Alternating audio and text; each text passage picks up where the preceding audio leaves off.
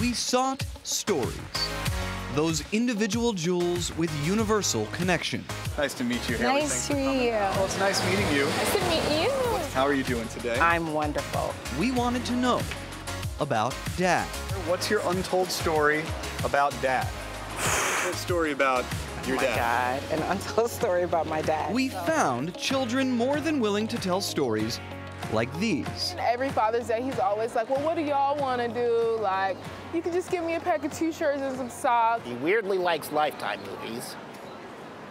We actually went to the Braves game the other night, and he didn't realize that I put a drink in the cup holder, and he threw his phone in the cup holder. And This is what we got? We're just gonna pick on Dad? Raphael, nice to meet you, my friend. Nice to meet you, man. Listen, for instance, to Raphael George. When he was a young kid, for some reason, him and his friends had a wild idea to attempt to jump over a fire pit.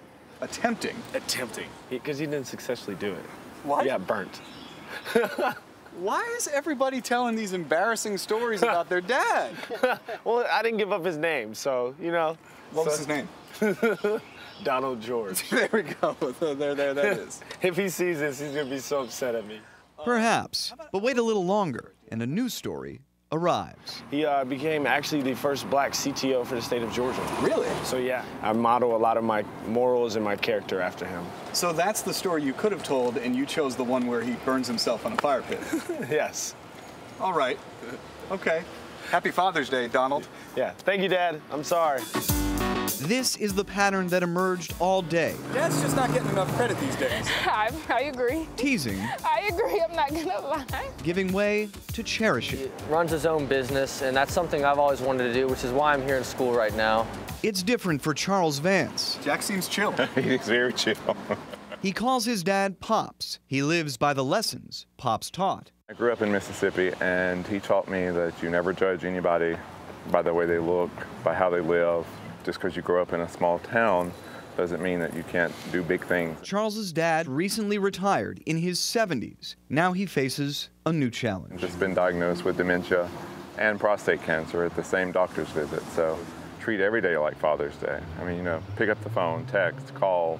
You know, there's no excuse not to check on your parents and to appreciate them. These are the stories that hit hardest. We are dancers. And this story left us stunned.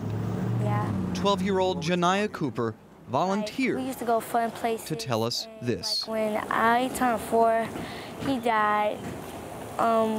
Somebody shot him. Jameel Cooper was killed 7 years ago in southwest Atlanta. We covered it, but as stories recede, lives continue. Janiyah wanted her dad to know how his kids carry on. I want him to know that me and my sisters and my brother have grown up, and we came so far to represent the power that he gave us, and that we still have faith in him and we love him. We sought stories, and we found them. He's been my only role model my whole life, pretty much. Just always persevering and always trying, going for the next one. He's like a giant kid. I guess I don't know. That's the best way to describe him. There is no one tale that defines all fathers, but there is that eternal bond that exists from day one to the day of dads. Pops, just want to say Happy Father's Day, thinking about you. I look up to you, and I like to appreciate you for everything you do. I love you very much. You're a wonderful person.